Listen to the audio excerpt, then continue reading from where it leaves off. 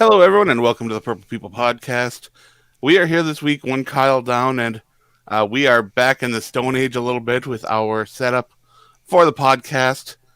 Unfortunately, I don't have the login to have all the fancy stuff or be on Facebook or Twitch this week, so we're YouTube only. And it's a little disappointing, but hopefully we'll be back to normal soon. Mr. Smith can't be here this week. He's been having some issues with his family and his personal life, but hopefully we can have him back as soon as possible.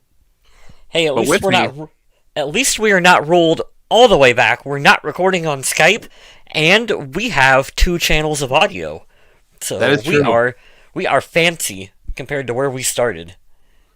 This is a setback that's like not bad at all. No, not at all. I mean, we haven't really established a following over on Twitch yet, and we do have some people that enjoy watching on Facebook, but right. It's not like YouTube's too far away. Still, I do have Mr. West here with me, and he was here last week, and we hope to have him here every week. But sadly, this week isn't a very happy week because we got some negative stuff to talk about. Yeah, not a fun week out there for Vikings fans. Spoilers, we got beat by the Saints. It wasn't very pretty either. No. The Saints looked like a playoff caliber team. Minnesota looked like we had our practice squad defense out there, which we kind of do. Pretty much. Yeah. And that's what it looked like. Were gone, and it's weird how you've got Hughes, who's out at cornerback. You got Holton Hill, who isn't even with the team anymore. Mm-hmm. Then you got the linebacker situation where Barr's hurt. He's on IR. You got Kendricks out, week to week with the calf. Then the defensive line, of course, you've got Danielle Hunter, who missed the season. Mm-hmm. You got Michael Pierce, who opted out. And it's just baffling how Mike Zimmer has had to fill in with these players he's been signing off the street in the middle of the season or off other teams' practice squads and trying to get it to work. It's got to be one of the biggest challenges of his career. Yeah. I was reading before we started recording that list on the NFL app that showed, Vikings players that were ruled out for the game or other ones who just had, lingering injuries that were going on. And what did I list? 12 or 13 players? Yeah. Total. The majority of them were on defense for the Vikings. It's almost no joke when we say that we're fielding a practice squad defense this late in the season, where there are guys who are almost the definition of a guy. It's like, we need a linebacker. Here is a linebacker that's going to be playing for the Minnesota Vikings. Something named a Hardy Nickerson, I'd been like, what? Yeah. Which, don't get me wrong, Hardy Nickerson had a pretty decent game, right, for what he did. I mean, these guys are doing their best, but it's just hard to listen to so much of the media berate this team when they just aren't on par with talent. And see, I think that's the difference between this Vikings team and some of the other bad NFL teams. I don't think that they have ever quit on Mike Zimmer. The talent level is just not there right now due to injuries, but this team has never quit. We had mentioned this last week. There was a point where we were 1-5, and if they were going to shut it down, that would have been the point in the season where they would have shut it down. They continued to fight. So I think that speaks... I think that speaks positively about how the players view Mike Zimmer as a head coach. And of course, there have been numerous publications about him being a tough coach, coaching a lot of young players that might not understand or appreciate his style of coaching. And that's a generational thing. That's not a Mike Zimmer thing. Yeah, I know the article that you're talking about, and it even specified that some of the older players who had, kind of retired when Zimmer was first coming in, the Chad Greenways of the world who only got a little bit of time to work with Mike Zimmer, absolutely loved the way he coached the team. So it's, like you said, just a little bit of a generational thing. But, the young guys buy into it, or at least they should buy into it as well, I think. It's a different generation though too for the young players that come in because before you had to earn your place in the NFL. Now a Uh-huh. lot of the NFL players or the players that come in from the draft, especially Well, high draft picks, you come in start. being entitled players. Yeah. I'm darn good. I deserve a spot. I haven't had to struggle at all, and now they're making me work in practice, and it's just different. And a lot of Which players don't make that adjustment. No, which may have been part of the issues with like Dwayne Haskins out there in Washington. Part of the reasons why he struggled was that adjustment period of going from being the guy in high school and college to NFL, maybe not coddled so much, and Right.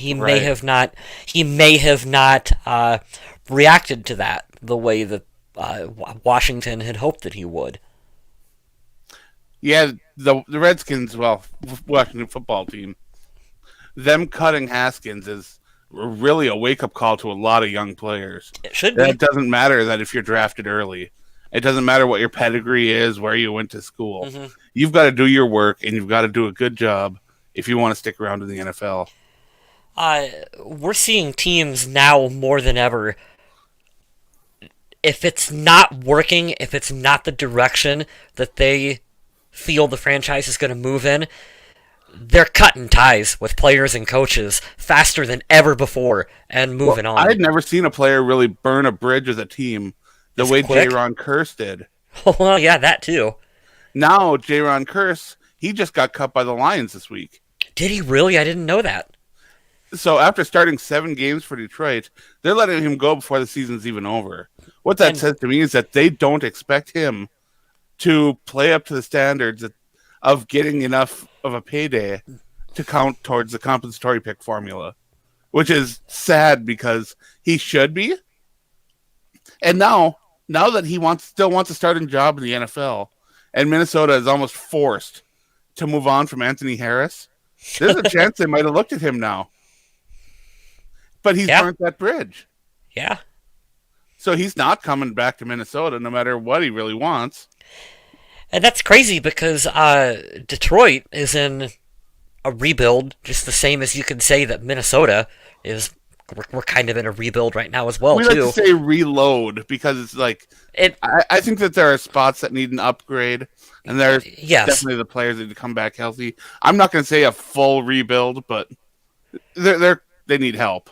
it's a rebuild on defense. At, Retool on offense.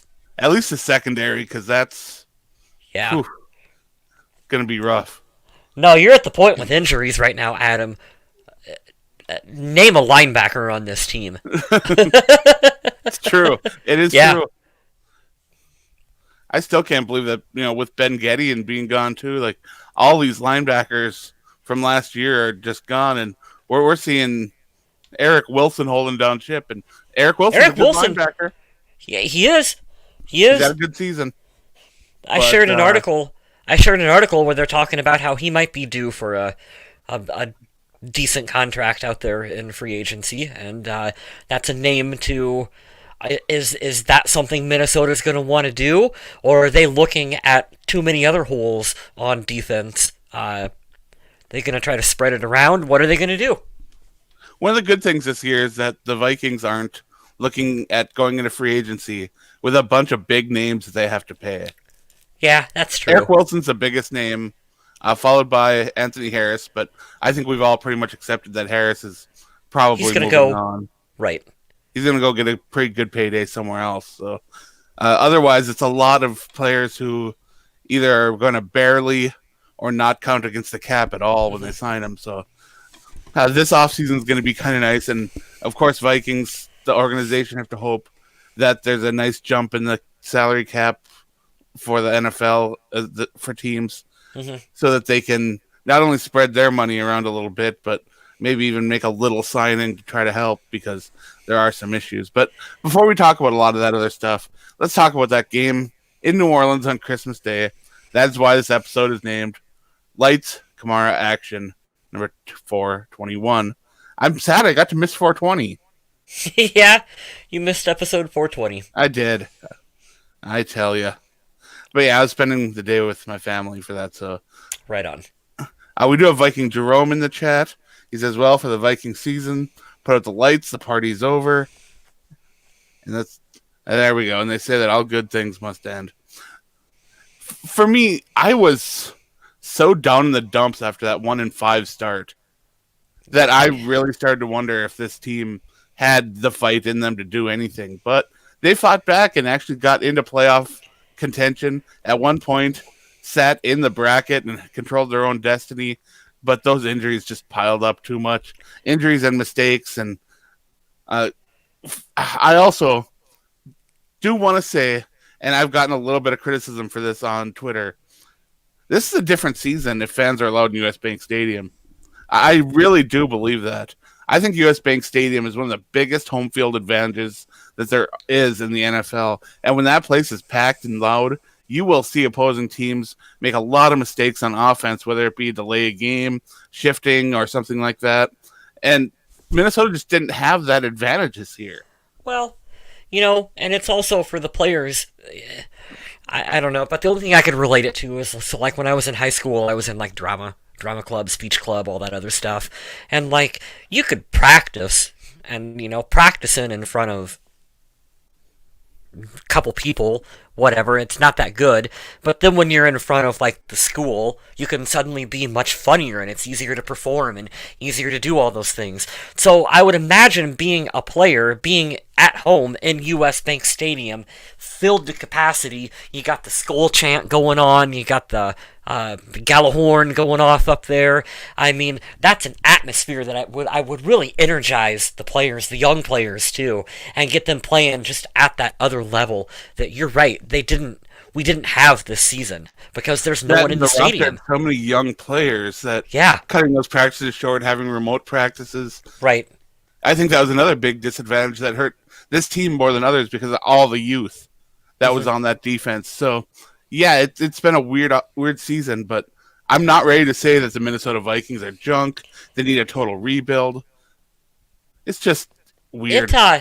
it'll be interesting. We're gonna finish strong against Detroit. I think that's important to go out there and get that win against Detroit. But it'll be interesting to kind of, as we reflect back in the off season, even though we didn't finish with a good record, it's almost, I'm not super disappointed Right. because I really feel like after that 1-5 start, this team could have tanked and they could have not won another game. But they fought. I They still can't really, believe there are fans that would be like, okay with that. yeah, no, I don't want to do that. No, No, I don't no, want to no, see no. that. You breed. I hear this all the time from. I listen to a lot of Pat McAfee, and he talks about you The have winning to have culture? the winning culture of like the Indianapolis Colts, the Peyton Manning, the winning culture, and you don't want to get in that mindset of, well, we're gonna tank for Trevor. You turn into Cleveland. I don't Yeah. want to be I don't want to be Cleveland. No, you don't want to have that kind of history No, and or that you that kind of thing's not as a descriptor for you. It's just not a good situation. no. You want to go out there and we want to win against Detroit. We want to finish the season strong, and That's why I don't believe we're going to see any Vikings players sitting. I I think don't we're going to think. see the Vikings at full strength going up against Detroit. And yeah, the Vikings are probably going to win. And it's going to hurt their draft stock a little bit. They're going to set It's okay. back. It's They're okay. probably going to be drafting in 12 to 14. I think Eric Kendricks is the only one that if there's any kind of like lingering, Yeah, any uh, player that's got an injury that's yeah, where he's not 100%, you sit him. You absolutely do. right. So you don't force him. You don't force Kyle Rudolph back out there into the Right. lineup. But yeah, other than that, Kirk Cousins is on the field. Jefferson is on the field. Dalvin Cook's on the field. Like we're going to win that game. And Justin Jefferson is not going to break the rookie franchise receiving record for yards. He's not going to break it if Kirk Cousins isn't on that field. No, and it's There's a just not it's not there at backup quarterback. It's not. And as a Vikings fan, I want to see Justin Jefferson break that record. It would be so nice. Right on. And we got people in the chat already talking draft. Is it possible that Trey Lance falls to us? Well, I anything's gotta admit, I possible. have not done a ton of research so far as to what this draft is going to look like when it falls out. I will say that I don't think it's a very likely chance because, like I said, I think Minnesota wins next week, and that'll knock them down into the About, teens. about where does that put us? Well, right now, I think the Vikings are at 13 Okay. Okay. because a couple games yesterday went their way. They were at 14. Now they're at 13, but that win is going to knock them back up, I think, which is okay. I 7-9 is it's not pretty, but it's a little bit below average football team for the year. Hey, Jeff Fisher made a career It's true. out of 7-9. He absolutely did. He's the most average coach in the history of the NFL. Oh man. So let's see. The Minnesota Vikings. My phone says this site can't be reached. So that was a terrible time for my transition to talking about the stats in this game. But the Vikings lost. The Saints put a 52 burger on the Vikings, which that's a lot of points. But I they had also brought did this put up up. 33 of their own. I had brought this up in the chat because I think stuff like this is fascinating. So the 52-33 score has never happened in the history of the NFL prior to that matchup. So that's interesting. I love little just weird nuggets of information like that. I follow an NFL that in our page that chat, keeps. and I was like, "What is that? Why is that important?" He explained to me. He's like, "Oh, okay, I get it now." Yeah, it's never happened. So there was a bunch of people right at the tail end of the game that were really pulling for Kirk Cousins to not do anything. They're like, no, like don't get in field goal range, don't score, don't screw this up. You guys have a chance to make history. So weird. Yeah, So this I the more I think about Kirk Cousins in this game, it's weird because you'll if you watch the game, you'll come away feeling like he did miss some opportunities, he missed some throws, but he also did face a lot of pressure. And then you look at the touchdown to interception ratio, which is 3-0, and you think, okay, so he was able to get the ball to receivers to get in the end zone. But as a whole, I can't help but feel a little disappointed with 27 receptions on 41 attempts. It's I know so much of it has to do with that pressure because there were so many offensive linemen just getting pushed around in this game. What was the most disappointing at the time was that one play that saw Garrett Bradbury being absolutely just thrown backwards into Kirk Cousins. And Kirk didn't even have a chance. No chance whatsoever. When that happens, that collapse of the pocket, it's just disgusting. yeah. I wanted to find the statistic really quick. In the Chicago and the Tampa Bay game, Kirk Cousins was pressured 40 times Oh yeah. in those two games. So you almost can't fault the guy for making some mistakes out there when his pocket is just collapsing around him immediately.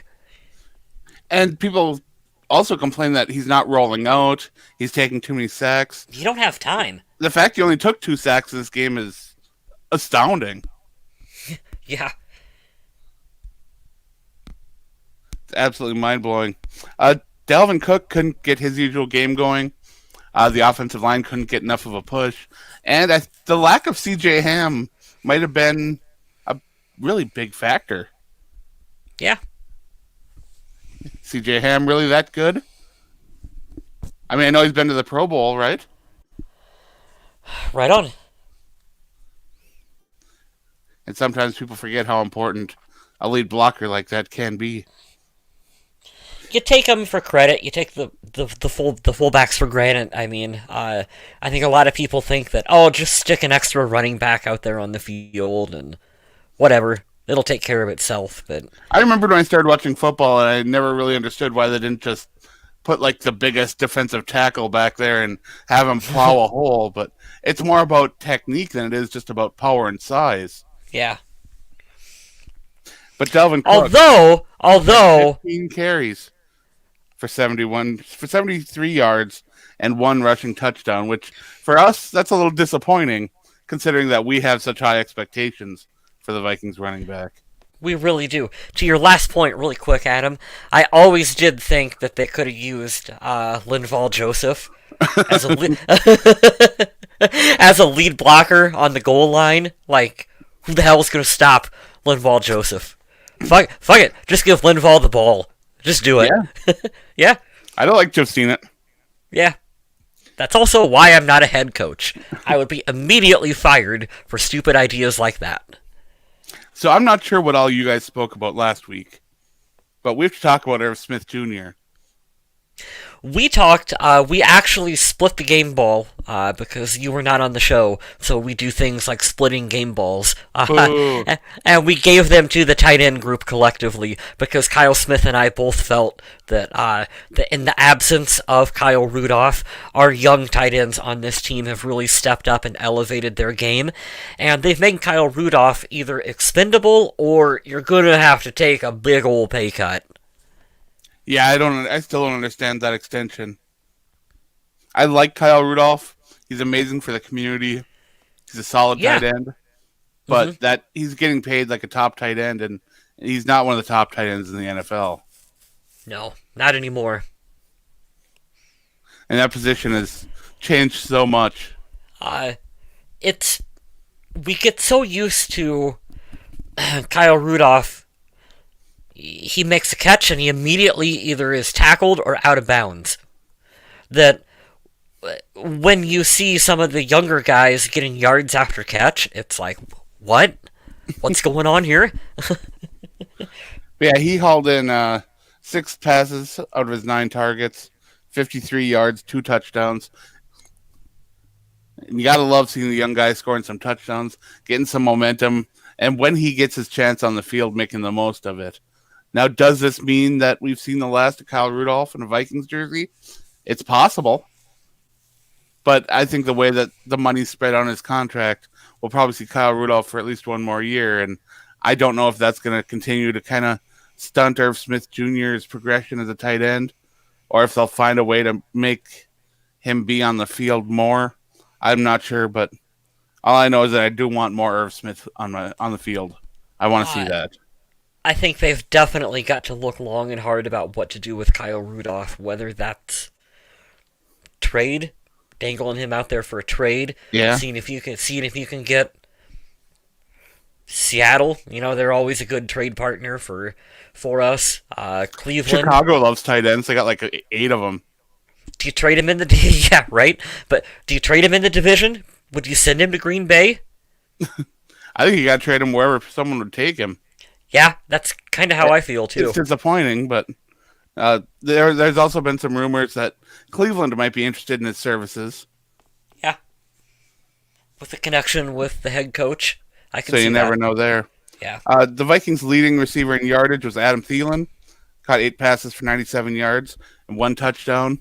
Hmm. Thielen having a sneaky good season when it comes to converting in that end zone. I think that is this 13 or 14 touchdowns for him on the season? All I know is it's a lot. I don't know, but I can look really quick and tell you. Because, yeah, he's been a favorite target of Kirk Cousins all season long. And, yes, I know that Justin Jefferson has been doing a lot of the damage yardage-wise, but when he gets down to that red zone, he knows where to throw that ball, and he knows who he trusts, and Adam Thielen can usually make a play on that ball and score that touchdown. He has 14 touchdowns for Very nice. 868 yards with a 12.4 average. How do you not make the Pro Bowl with that? I don't know. I just baffles me to no extent. Yeah, He'll Justin be a Pro Jefferson Bowl. An He'll be a alternate. Pro Bowl alternative, right? Well, considering there's no game this year and that there's not going to, I don't think there'll be any alternates. I think that's it. Oh yeah, you're right. Yeah. I forgot about that. What are they doing? For Just those playing the Madden wondering, game this year? yeah, I don't know. No one cares about the Pro Bowl anyway. Justin Jefferson, we got a record in the a question in the chat here. He currently has 1,267 yards receiving. How many yards does he need to break the record? I don't know, It's but 13-13, right? I can Google it here really quick and find out. I'm pretty sure the record's 13-13. Scott Schwab says Diggs made the Pro Bowl. He did. He's having a good season out there in Buffalo. Getting a lot of targets, getting a lot of yards. And hopefully he's happy. 13-13, you are correct, Adam. Yes. Wait, you Googled what I told you it was instead of doing the math? Come on, man. Got to trust Yeah. me on this. Yeah, when it comes to math, I should trust you. I do trust you. I've actually asked you math-related questions before. But yeah, this should be an interesting game to watch. And if Kirk Cousins is in this game, Justin Jefferson might have a really good chance of breaking that record because Well, I don't That- see any reason. Lions defense, that's Lions secondary, despite using one of their top draft picks on a corner last year, that secondary is still just atrocious. That whole team was just hurting with that coach they had. Finishing off the list a little bit, Tyler Conklin, 4 catches for 31 yards. BC Johnson grabbed a nice one for 13. Yeah. Dalvin Cook had 2 catches and only went for 12. And Amir Abdullah couldn't haul in the lone pass that soared his way. I quietly like Amir Abdullah, though. You know that? You know, I kept thinking about Amir Abdullah that I didn't like him in just kind of filling in as a kick returner. Right? But the fact that they can find some ways to use his speed around the edge in situations, I'm okay with that. Yeah. I'm learning to accept his role, and I still don't really understand the obsession that that the Vikings organization has with him. Because there are a lot of young players in the league that could do what he does, but all in all, he's been pretty solid since arriving. They, underneath Rick Spielman, they really seem to want that player to fit the I call it the Percy Harvin rule, where he's like, hey, you can get him on special teams, and you can run the end arounds, and you can do the different stuff. You've seen him do that with Cordero Patterson. Amir Abdullah is a very, very light version of that. He's nowhere near what either of those two players were, but you can see where they try to fit him in that role as well, too.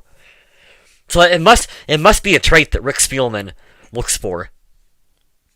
Yeah, it's nice that he's got him and Boone behind Cook and Madison, so that there's just that variety of running backs that Mike Zimmer and the offensive coordinators can choose from at any time. Yeah. Yeah, leading the way, Lynch at linebacker. 10 tackles. Followed by Eric Wilson with 9, Harrison Smith with 8, and Anthony Harris there along with him at 8. Another sad game in the form of sacks. The Vikings just can't seem to get any pressure from their defensive line to be able to disrupt any sort of pass. And it's one of the most frustrating things all season, because if you can't pressure a quarterback and your secondary is so young, it does expose that passing game so greatly. And when you're playing against some of the greats, I mean, we've seen Tom Brady and Drew Brees here recently, and that's just not the kind of combination that you want to go against when you have a pass rush secondary combination like the Vikings are dealing with. Yeah. And I mean, neither of those guys are in their physical prime anymore, but they've got the football IQ to just pick apart the secondary for the Vikings right now. That it doesn't matter if Drew Brees has a, quote, noodle arm, according to Twitter. They were still able to put up, what was it, 50, 52 points? Couldn't stop. Of course, I was. Couldn't stop the run. Didn't try to stop the run. It was a terrible performance in that department for Minnesota as well. Well, let's finish this up here because still got to give away our game balls and our Okay. donkeys. But we've got pass defenses. Eric Wilson with 2 pass defenses, which is pretty cool. Yeah. Hardy Nickerson had 1. Who? Team had 5 as a whole. Quarterback hits 1. 1 all game long. That's not a sack either. That's just a hit. 1. So yeah, it's a rather disappointing game, but we did have some fun interceptions. Harrison Hand is standing out a little bit. He made some really good special teams play, and he had an interception that he returned for 4 yards. And Hardy Nickerson picked one off as well. So these 2 guys that fans might not have known a lot about coming into this game kind of made a little bit of a name for themselves and said, hey, I might be someone you might want to watch in the future going forward. So kudos to those guys for making things happen. Dan Bailey didn't have to kick a field goal, but made 3 of his 4 extra points. And as a whole, I wish it was 4 for 4, but I'm not going to be too mad about that one. No. Especially after all the kicking drama that the media has been putting out there. It's just, whew. Not to get on the whole kicker rant, but I really think it's pretty clear that we're just going to let Dan Bailey do his thing. We only got one more game. And then we're going to quietly let the veteran retire. And Minnesota is going to move on and they'll go a different direction.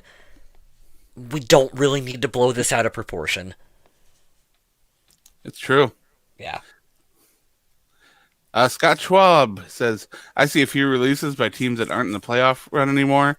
Thinks the Vikings will let anybody go so that they play with a playoff team. I don't think that we're going to see Minnesota release any of their players for the simple reason that Rick Spielman is a little too cheap with his draft picks, that he doesn't want to risk losing a compensatory pick. Yeah. Because even if it's a 7th, we all know how much Rick Spielman loves those 7th round draft picks. He'll squeeze one in anywhere he can. And also, it was really freaking awesome that somehow Yannick Ngakoue did not end up making the Pro Bowl roster, and the Vikings get to keep that draft pick that I think stays a 5th now instead of becoming a 4th, right?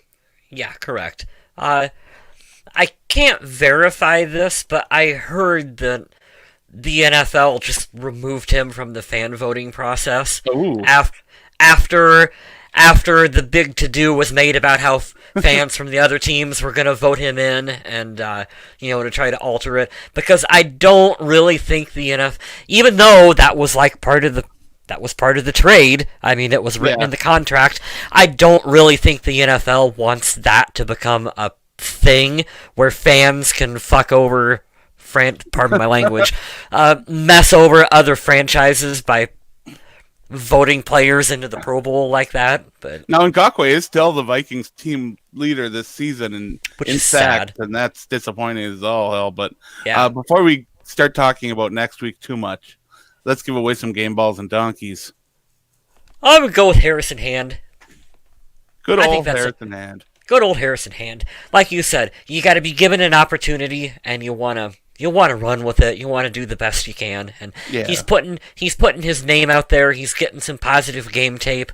That's exactly what you want to see from a young player like him. So good job, Harrison Hand. I hope he kept his interception game ball, and I hope he's got it someplace safe.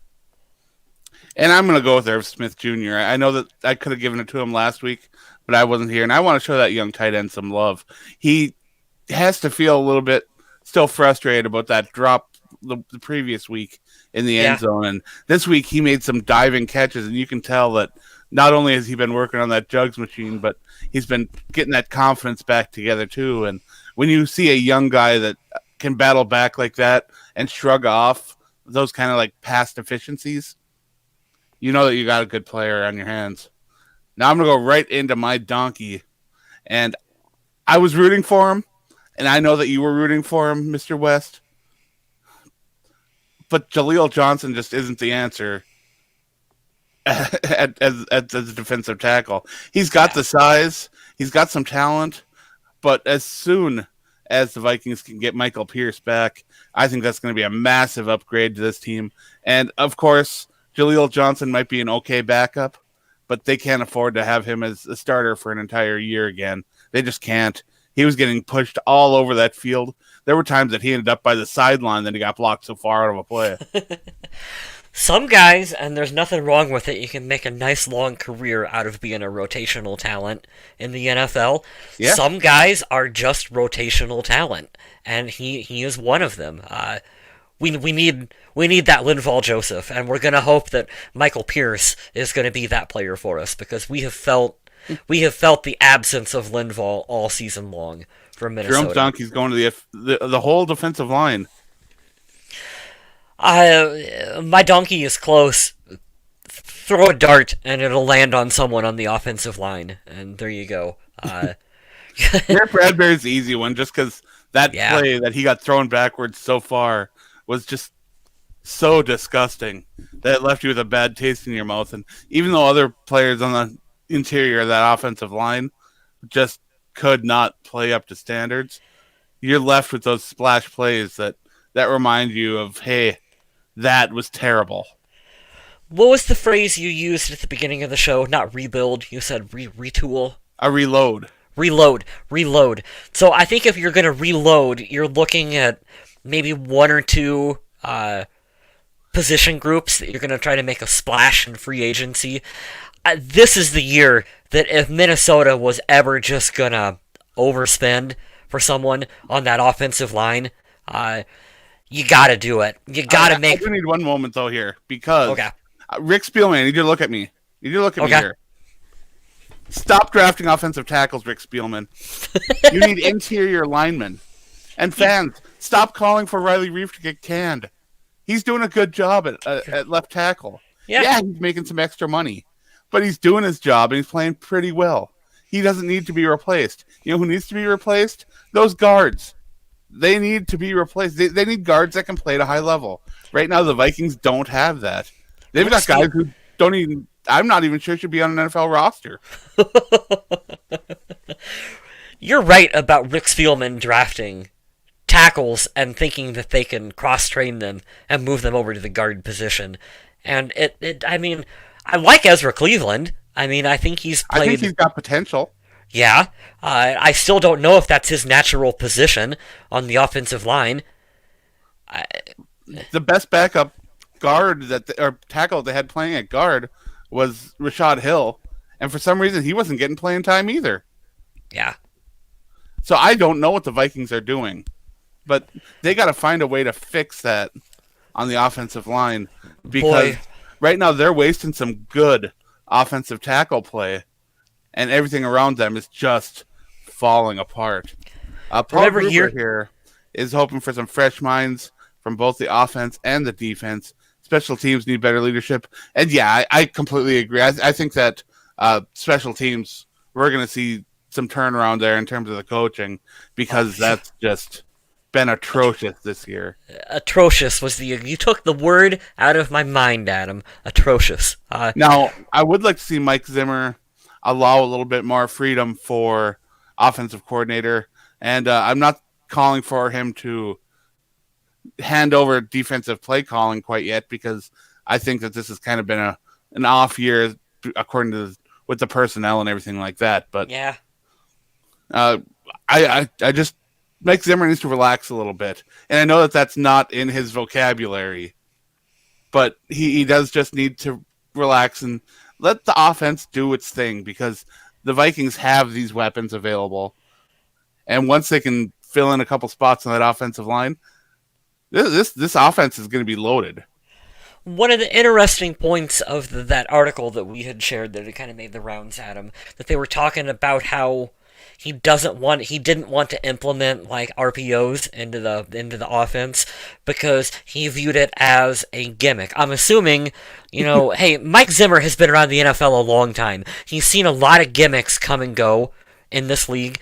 I'm assuming he was thinking more along the lines of this is going to be like the Wildcat and not wanting, and which is totally fair. Uh, but you do maybe, like you said, maybe you need to trust your coordinators a little bit more Yeah. maybe would be beneficial. And also the Vikings need to pick one defensive coordinator. One. Yeah, I don't like the dual anything. But I don't see him canning his son either. So this is going to be something interesting to watch this offseason. Can they find him another Another son? another son? Yeah. Can we just find him another son? No, what I meant was can can we find him another like is it a downgrade for him to go back to linebacker coach or some other position like that? Well, it all depends on how much he, as a coach, I mean, sees it. he's his I mean, there'll he's technically be a demotion, but he's his friggin' son. but I don't see him going anywhere else if he's relieved of the position. So maybe, I don't know. Maybe they could do a thing like they did for Singletary and make him a special assistant to the coach.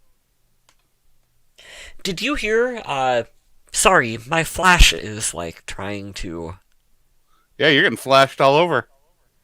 Yeah, it's trying to. Adobe is trying to uninstall right now. I don't want to do that. Thank Oh, you. Is it still working? yeah, Still you're good. here? Okay. What did they say? Rick Spielman's brother got named special assistant something to the Detroit Lions. Did you Yeah, catch yeah. that? Yeah. Congratulations to him on that, by the way. Yeah, pretty cool. Let's see what else we got here. Paul Gruber's also calling for some more man D coverage, which right now the Vikings have so many young corners, young inexperienced corners, that I don't think that's a great idea. Right now, we're seeing the Vikings use a lot of cover two type situations, which you can do with man underneath, but Cameron Dancer is probably their best man coverage person right now, and he's been struggling the last few games. But Jeff Gladney is more of that physical tackling cornerback that might thrive a little bit better in a more zone coverage kind of deal. But Yeah. what I'm hoping is that this experience this season will help those two grow and develop, because I do think that they can be a starting cornerback duo in this NFL. But I'm also watching them take their lumps every week while the defense just can't establish a pass rush whatsoever to help them out. Mhm.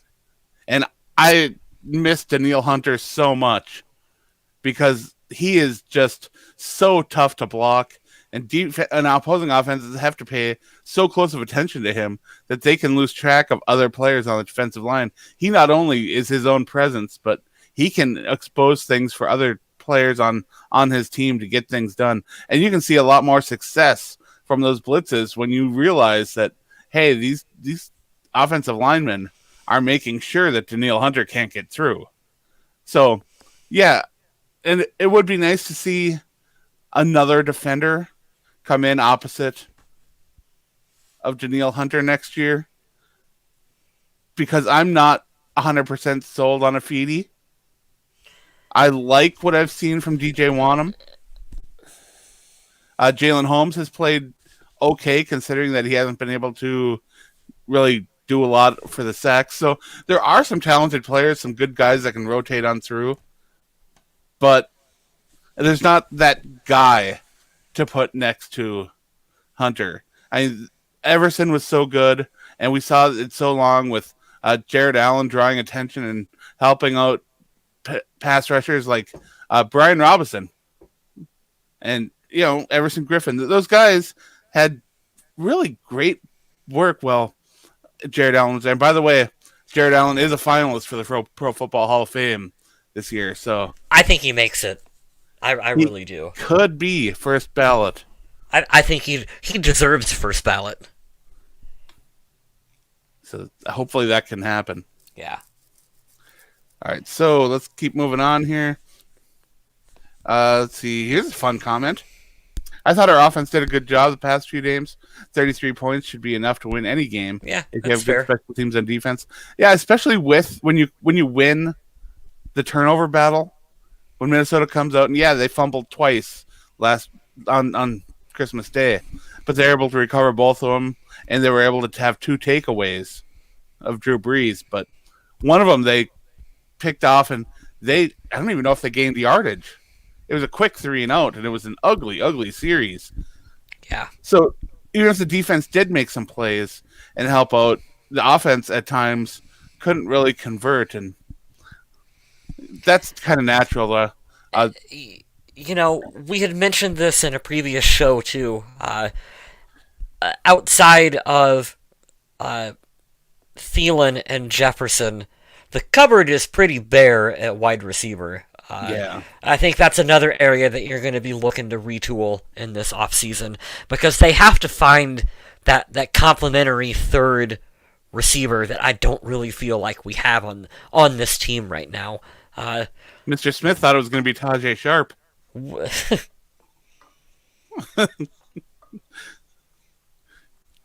It could have been. Could have been, wasn't. Oh, the clock management. Yeah. Oh, that's something that needs to be addressed. Mike Zimmer did say that last week's issue with clock management came down to a lack of communication through the headsets due to a radio error, and I can get that. I can understand that if that's what happened, then I understand why it was such a mess on the field. But Yeah. oof. Yeah, Paul Gruber does say that he read somewhere that Danielle Hunter might not be back, and I hope that's not the case. I really do. Otherwise, I am all for just drafting a guard and then trying to figure out what pass rushers they've got. But oof. Afidi and Wanham as starting defensive ends, although I like them and I see a lot of potential in them, I'm not ready for that yet. I'm not ready for that. No, you need one side or the other. You need that rock solid Daniil Hunter out there. That commanding presence on that defensive line. Minnesota has thrived for years on having that guy, and we got spoiled. And like you said, Adam, you can really feel how important that position is when you don't have one on the field. And you have so many people, so many fans just ripping on this Vikings secondary that they've either signed off the street or are rookies this year that are Yeah, struggling to keep up with these NFL caliber wide receivers. And yeah, they're not getting any help up front. And you're asking them to keep up with some of the tallest, biggest, strongest, fastest receivers in the NFL. yeah, It's just incredible. But yeah, if you were playing against Kamara in your fantasy league, then you were in trouble. But whew, I'll admit I'm not watching any of the game tonight. I don't even know if it's over. But Stephon Diggs might be having a good game. You never know. I haven't looked. I forgot. I forgot there was a game on. It feels so. Well, Vikings fans should be rooting for the Patriots to win this game because that will help their chances of getting a better draft pick. Because for some reason, the Holy shit! Patriots. Buffalo is up 38-9. Well, that then maybe root a little less for the Patriots.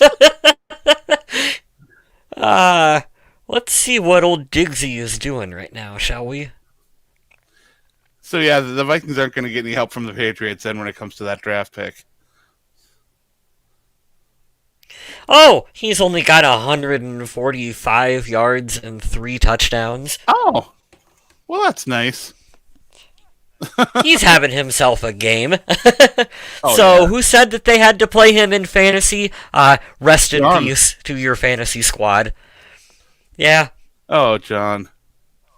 So sorry. Because yeah, that's going to be over. Hey, But as as NFL fans in general, though, can we just like collectively have a moment to appreciate New England is not in the playoffs this year? It feels so weird. It Oh, it's feels so so, nice so though. weird. I, But we I also have like to it. think that with the time going on right now and everything around the world, the fact that we were able to enjoy an NFL season is so Oh, wonderful of a distraction. yes. The fact that they're willing to do everything that they've been doing just to entertain us and of course make some money along the way, but they're not making as Hmm. much with the no fans in the stands and stuff like that. But yeah, Yeah.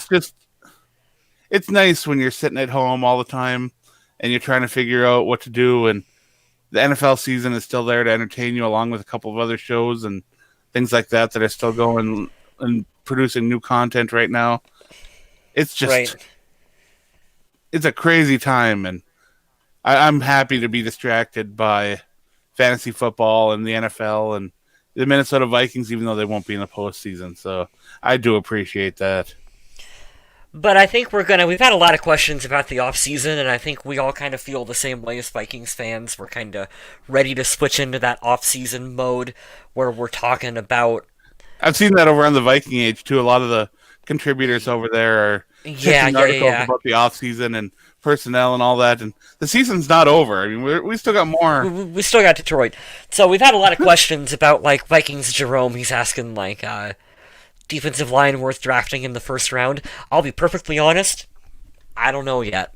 I haven't really sat down and looked too hard at this coming potential draft class Right. other than the big names that you know that are going to be top 5 picks that are going to be We got to get a gone. hold of that Jacksonville podcast and let them know, hey, Jacksonville's going to have a quarterback. I know what you're looking for, Adam. Gardner Minshew, He's going to backup, make them a good backup. He is. ba- backup in Minnesota. Who, Mike Glennon? No, Gardner Minshew. Aw. We're gonna Because I bring him know how in. much Mr. Smith would love Mike Glennon. He's a fan. Yeah. Oh, we could do a long preview about the Lions and talk about how Matt Stafford is criminally underrated and Like Gene Snitsky. Here's your reference. it's true. It wasn't his fault. The whole thing in Detroit. Like he played his ass off for that Yeah. franchise. And there are some rumblings that the team might move on from him, and in a way he kind of deserves the opportunity to just hit free agency and pick a team and where do you want to go and just Yeah. try to make a run for it. He's a hell of a player. I'm a fan of his. I still every time I wonder about where he could win a ring. If he were on Chicago's roster, they'd be a favorite this year. If he Yeah, were in New England, as much as Cam is so hit or miss, I it's just he's a playmaker. He's a difference maker, and I'm looking forward to that. But we're not going to spend too much time previewing that no, because honestly, we don't know who's going to play. We don't know what this game's going to mean to players and coaches. We don't know a whole lot. So next week we're going to be able to talk about where the Vikings will be picking in the 2021 NFL Draft. hmm We'll probably we'll give some Super Bowl picks, right?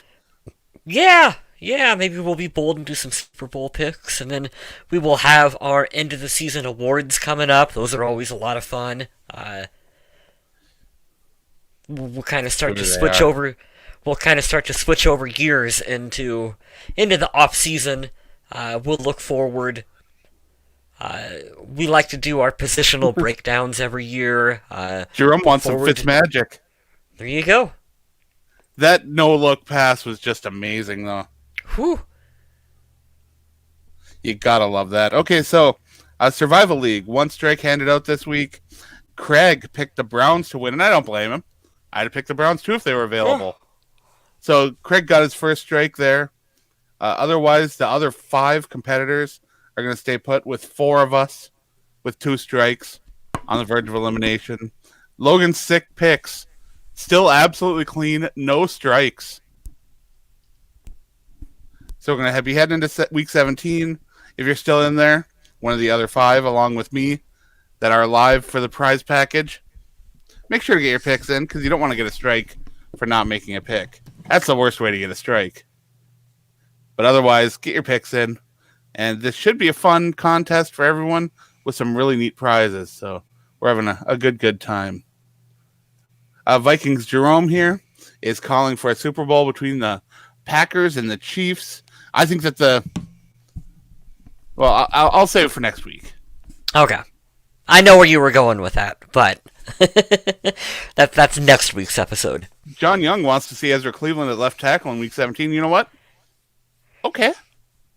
I don't hate that either. I'd like to see the experience of what he's got on the edge. Yeah.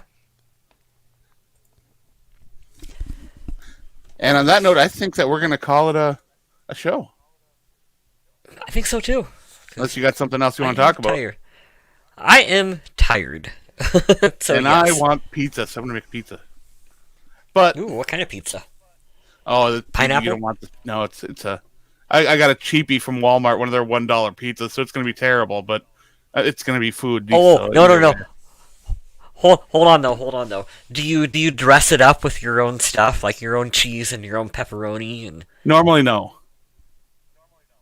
You should. That is the way to salvage those dollar pizzas. I know this because I am poor.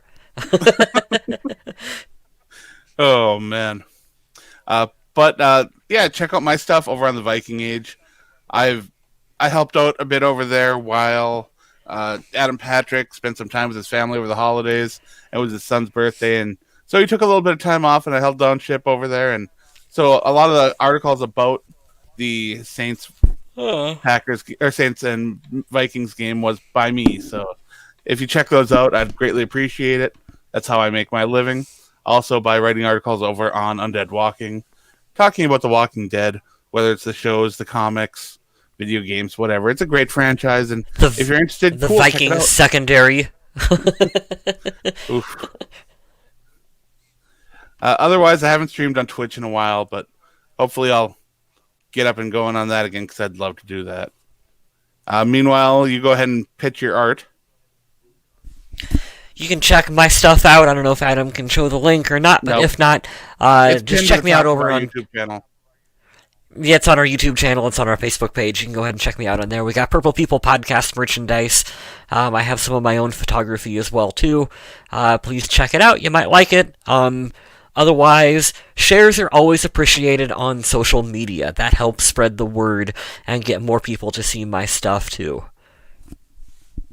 Absolutely. So, I do want to thank everyone that joined in. I know that there's football on TV, and there's probably it's a weird time. We didn't have time to schedule a show, so the fact you guys still found your way in and were able to chat with us and enjoy the show, we really appreciate that. Next week, hopefully, we'll be a little bit more organized and be able to do a show that's scheduled and across all the platforms and everything. Hey. So I just had a thought before we wrap up, Adam. Uh-oh. We're talking about stuff that's coming like down the pipeline for what we do every year. Right. One of my favorite things that we did last year. You and Kyle Smith got the opportunity to do it more than I did because I was at work. But it was during the NFL draft when we went live. Oh yeah. When you guys went live and we were just like chatting during the first round. Right. For sure. I want to do something like that again this year. I think that would be a great way to hang out. I had a lot of fun during that. All of you guys join us. We'll drink or do whatever and discuss everything going on up through the Vikings pick, and that was a lot of fun. I'm looking forward to that this year. Yeah, we had a lot of fun with that, and then after round one, we moved the party over to Discord and just kind of chatted over there. Right on. So I think that is something that I'd really like to do again. Be a lot of fun. All right, on that note, I would too. I do want to thank everyone once again, and we'll be back next week, hopefully with. Well, I don't even know if it's positive news because of the Vikings win. A lot of fans might be sad, so I don't know. End we'll on whatever happens. End on a win. It even rhymes. You I want to like it. end on a win. Do Yep. it. But yeah, once again, thank you to everyone, and we'll see you next week. And remember to stay classy, Minnesota.